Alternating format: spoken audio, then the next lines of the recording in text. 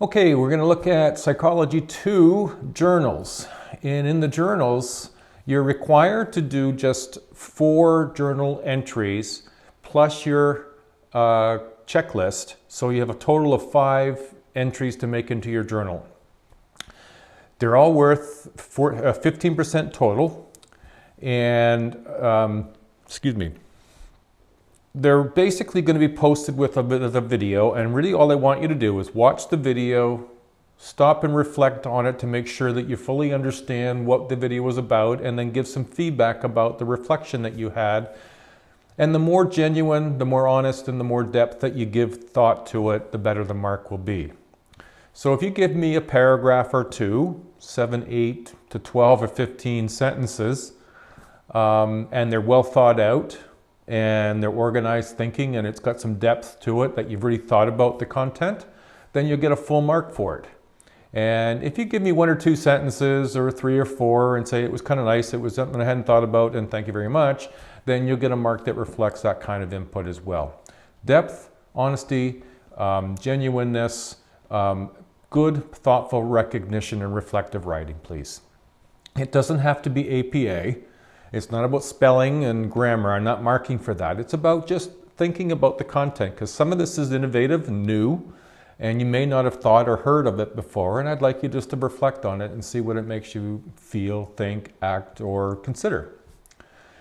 Now, with these, you'll find that they're cumulative. Excuse me. Cumulative just means in this case that if you do your first journal, and you're doing it in week 3, and you've done a very good job on it, and you get 5 out of 5, it's perfect. But then you look at your mark, and you look at your journal mark, and it says 20%. Well, it's only representing 1/5 of the overall mark, so they're cumulative. The more of these you do, the bigger the mark gets. So please, when you look at your first one and you thought you got perfect, and you did, and your mark doesn't reflect that, it's not being marked individually, it's being marked as a group of journals. So they'll get to be a bigger mark as you do more of the journals.